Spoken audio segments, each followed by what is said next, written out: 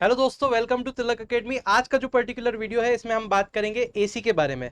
तो air conditioner जितने भी मार्केट में अवेलेबल रहते हैं तो उनका कैसे क्या वर्किंग होता है, क्या क्या टर्मिनोलॉजी उनसे जुड़ी हुई है और कैसे ये काम करते हैं, पूरी चीज़ें हम लोग देखेंगे। ठीक है, तो वीडियो को अंत तक देखिएगा, आपको बहुत कुछ सीखने को मिलेगा, आप इंजॉय भी करेंगे। तो देखिए, एयर कंडीशनर और रेफ्रिजरेटर यानी कि आपका जो फ्रिज है वो सेम प्रिंसिपल पे काम करता है। अब इसमें मेन चीज़ क्या होती है पता है? तो मेन चीज़ एक पर्टिकुलर सब्सटेंस होता है जिसे हम कहते हैं रेफ्रिजरेंट। अब ये रेफ्रिजरेंट क्या होता है? तो जैसे कि एक एग्जांपल देके मैं आपको समझाता हूं। लेट सपोज आपने क्या किया, एक पेट्रोल की बूंद को अपनी हथेली पे रखा। ठीक है, तो थोड़े टाइम में आप देखेंगे कि आप जैसे ही अपने हाथ पे पेट्रोल की बूंद को रखेंगे तो आपके हाथ में एक ठंडापन महसूस होगा। और थोड़ी देर में पेट्रोल की बूंद जो हो जाएगी वो वाष्पीकृत हो जाएगी, मतलब इवोपरेट हो जाएगी। अब एक्चुअल में ऐसा होता क्यों है? ऐसा इसलिए होता है कि जो पेट्रोल की बूंद है वो आपके हाथ से हीट को एब्जॉर्ब कर लेती है, मतलब आपके शरीर से हीट को ले लेती है। और जब भी किसी सब्सटेंस को हीट देते हैं तो वो उसकी स्टेट में चेंज हो जाता है। तो ये पेट्रोल की बूंद लिक्विड फॉर्म में थी, आपके हाथ से उसने हीट को लिया और वो गैस के फॉर्म में कन्वर्ट हो गई। अगर मैं क्या करूं कि उस पर्टिकुलर गैस के फॉर्म में जो बूंद कन्वर्ट हो चुकी है उसको मैं रिटर्न वापस से लिक्विड के फॉर्म में कन्वर्ट करना चाहता हूं, तो कैसे न कैसे कुछ ना कुछ तरकीब लगा के अगर मैं उससे हीट को वापस ले लूं तो वो फिर से लिक्विड के फॉर्म में कन्वर्ट हो जाएगी। तो दोस्तों, अल्टीमेटली यही करता है हमारा रेफ्रिजरेंट। रेफ्रिजरेंट एक सब्सटेंस होता है जो कि अपनी स्टेट को चेंज कर सकता है, मतलब उसको गैस में कन्वर्ट किया जा सकता है, गैस से वापस लिक्विड में कन्वर्ट किया जा सकता है। और जो एयर कंडीशनर रहती है उसकी जितनी भी ट्यूब्स रहती है, चाहे वो कंडेंसर हो एवापोरेटर हो, दोनों के अंदर ही रेफ्रिजरेंट का प्रयोग किया जाता है। आगे किस किस टाइप के रेफ्रिजरेंट मार्केट में अवेलेबल है वो हम डिस्कस करते हैं। चलिए एसी के ऊपर चलते हैं। अब देखिए, सबसे पहले अगर एसी की बात करें तो एसी दो टाइप के होते हैं। अभी जनरली दो टाइप के एसी चल रहे हैं, एक स्प्लिट एसी और दूसरा विंडो एसी। देखिए, विंडो एसी का प्रयोग जो है पहले किया जाता था, लेकिन अभी स्प्लिट एसी का प्रयोग किया जाता है। नाम से ही क्लियर है, विंडो एसी मतलब उसको खिड़की में लगा देंगे। इस विंडो एसी के अंदर क्या होता है, जो कि आप यहाँ पे देख रहे हैं, इसको खिड़की में लगा दिया जाता है और इसके अंदर पूरा तामझाम इसके अंदर ही रहता है। अभी खिड़की में से अंदर फंसा देंगे, आधा अंदर झांकता रहेगा, आधा बाहर देखता रहेगा। ठीक है। और अभी क्या हो रहा है कि बहुत सारे रूम्स में क्या होती है, विंडो अवेलेबल नहीं रहती, वेंटिलेशन नहीं रहता, उनको ठंडा करने के लिए स्प्लिट एसी का यूज किया जाता है। तो मार्केट में अभी यही चल रहा है। तो स्प्लिट एसी में क्या होता है, दो यूनिट रहती है। एक तो जिस कमरे में को ठंडा करना रहता है उसके अंदर लगा देते हैं, और एक यूनिट बाहर की तरफ लगी रहती है, बॉक्स जिसमें फैन और कंडेंसर और कंप्रेसर वगैरह रहते हैं। देखिए, अब इस पर्टिकुलर फोटो में आप स्प्लिट एसी को देख सकते हैं। यहाँ पर आपको दो यूनिट दिखाई दे रही है, यहाँ पर ये बाहर वाली यूनिट है और ये अंदर वाली यूनिट है जिसको अपन अंदर लगाते हैं। अब दोस्तों, ये बात आपको ध्यान रखनी कि एसी के अंदर मेन तीन चीज रहती है। पहला रहता है कंप्रेसर, दूसरा होता है कंडेंसर और तीसरा रहता है इवोपरेटर। देखिए, कंडेंसर और इवोपरेटर नाम से खतरनाक रहते लग रहे हैं, लेकिन ये ऐसा कुछ है नहीं। ये क्या रहती है, ऐसी पतली पतली कॉपर की ट्यूब रहती है, सांप जैसी, ऐसे ऐसे ऐसे ऐसे। ठीक है, तो कंडेंसर और इवोपरेटर दोनों में रहती है। देखिए, कंडेंसर वाला पार्ट जो रहता है इसमें बाहर वाली यूनिट में लगा रहेगा, जो बाहर डब्बा लगा रहता है जिसमें फैन लगा रहता है, और इवोपरेटर अंदर वाली यूनिट में लगा रहता है जो कि ऐसे लंबा सा आपको दिखाई दे रहा है।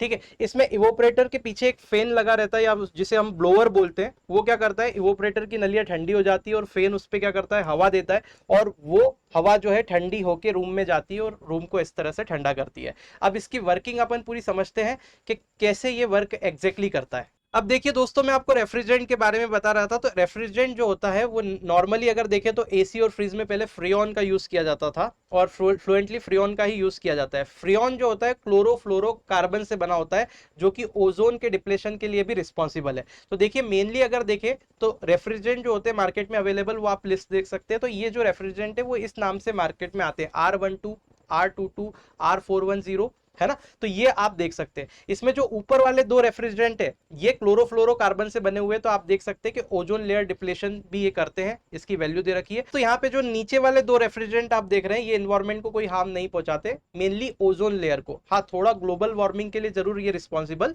होते हैं।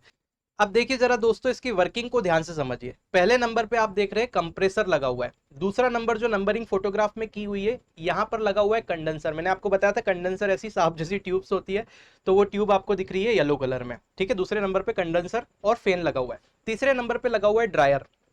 चौथे नंबर पे आप देखेंगे क्या लगा हुआ है, तो चौथे नंबर पे इवो एक्सपांशन वॉल लगा हुआ है, और पांचवें नंबर पे आप देखेंगे इवोपरेटर लगा हुआ है। तो जो पांचवें नंबर पे इवोपरेटर लगा हुआ है वह अंदर वाला जो डब्बा होता है आपका एसी का, उसके सामने की तरफ लगा रहता है, उसके पीछे फैन लगता है।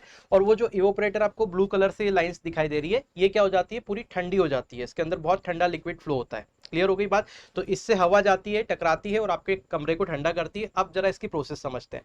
अब देखिए इसकी वर्किंग बहुत ही सिंपल है। सबसे पहले क्या होता है, कंप्रेसर जो है रेफ्रिजरेंट पे बहुत ज्यादा प्रेशर अप्लाई करता है। जैसे गाड़ियों में हवा नहीं भरते तो वहां पे भी हम यूज करते हैं ना टर्मिनोलॉजिक कंप्रेसर, तो वो एक्चुअल में क्या करता है, एयर का प्रेशर बहुत ज्यादा बढ़ा देता है। तो यहाँ पे कंप्रेसर का भी यहाँ पे भी सेम काम है। ये जो रेफ्रिजरेंट रहता है उसके ऊपर प्रेशर अप्लाई करके उसका प्रेशर को बहुत बढ़ा देता है।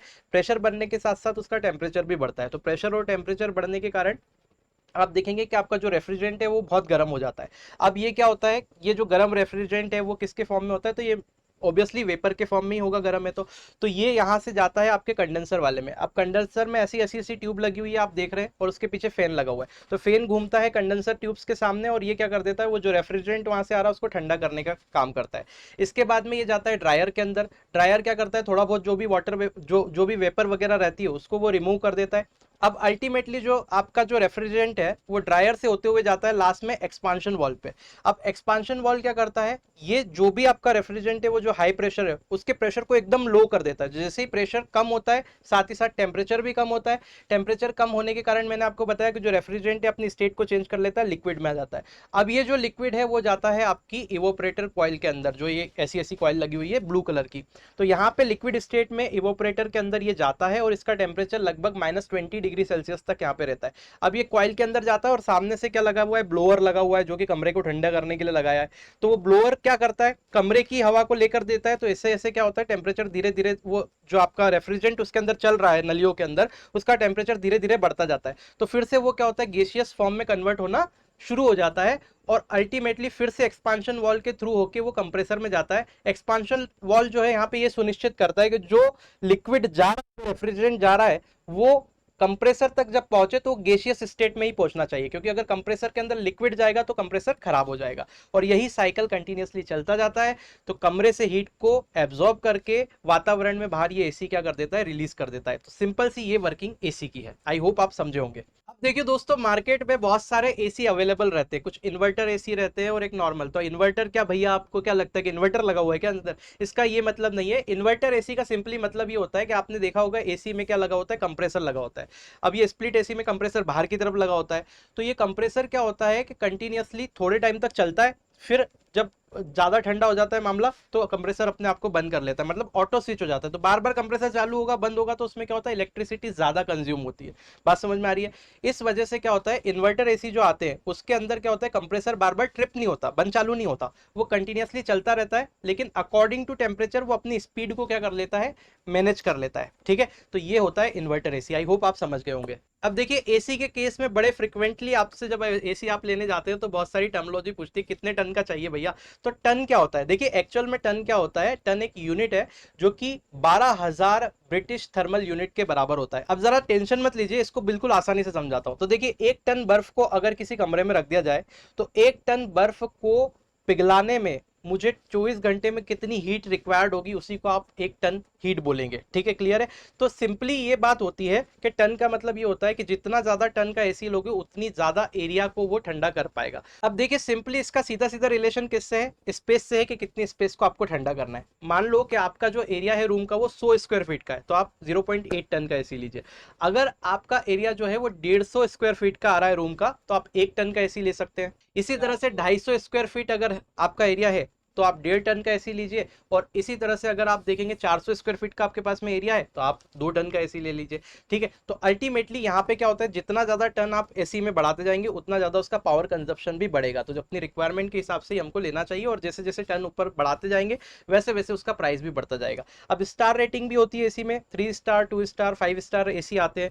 तो कौन सा लेना चाहिए? देखिए ऑब्वियस सी बात है, स्टार रेटिंग जो है इलेक्ट्रिसिटी कंजप्शन को बताता है उसका, एसी अच्छा है या खराब उस पर कोई फर्क नहीं पड़ता स्टार रेटिंग का। अगर ज्यादा स्टार रेटिंग है तो आपकी बिजली कम खपत करेगा बिजली की, और कम है तो थोड़ी बिजली ज्यादा लगेगी, और कोई ज्यादा डिफरेंस मेजरली होता नहीं है। आई होप आपको ये वीडियो पसंद आया होगा। अगर इसी तरह के इंटरेस्टिंग वीडियोस आप देखना चाहते हैं तो इस चैनल को सब्सक्राइब करके बेल आइकन को प्रेस कर लीजिए। वीडियो अच्छा लगा अपने दोस्तों में शेयर कीजिए, और एक लाइक करना ना भूलें। मिलते हैं नेक्स्ट वीडियो में, तब तक के लिए जय हिंद।